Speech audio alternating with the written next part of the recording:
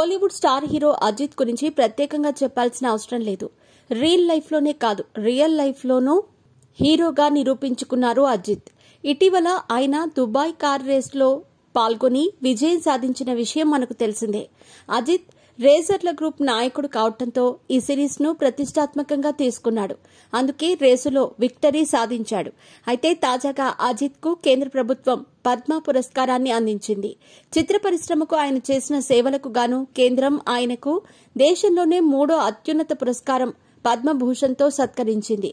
దీనిపై అజిత్ స్పందించారు. ఈ మేరకు ట్విట్టర్లో ఎమోషనల్ పోస్ట్ పెట్టారు. నన్ను పద్మభూషణ్ పురస్కారానికి ఎంపిక చేయటాన్ని గౌరవంగా భావిస్తున్నా. భారత రాష్ట్రపతి, ప్రధానమంత్రికి ధన్యవాదాలు. ఈ గుర్తింపు వ్యక్తిగత ప్రశంస మాత్రమే కాదు, ఎంతో మంది సమిష్టి కృషి, మద్దతుకు నిదర్శనమని భావిస్తున్నాను. కెరీర్లో ఇండస్ట్రీ నుంచి నాకు ఎంతో మద్దతు దక్కింది. పరిశ్రమలో నాకు సహకరించిన వారందరికీ ధన్యవాదాలు. వారందరి ప్రేరణ, సహకారం, మద్దతు కారణంగానే నేను ఈ రోజు ఈ స్థాయిలో ఉన్నాను.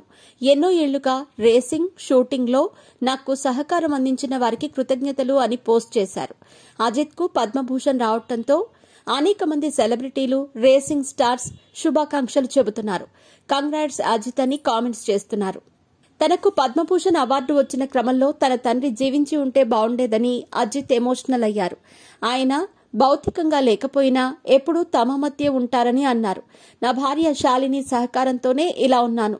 ఇక నా ఫ్యాన్స్ ప్రేమ, ప్రోత్సాహం నేను మరవలేను. ఈ అవార్డు మీ అందరిది అని అజిత్ ఎమోషనల్ అయ్యారు.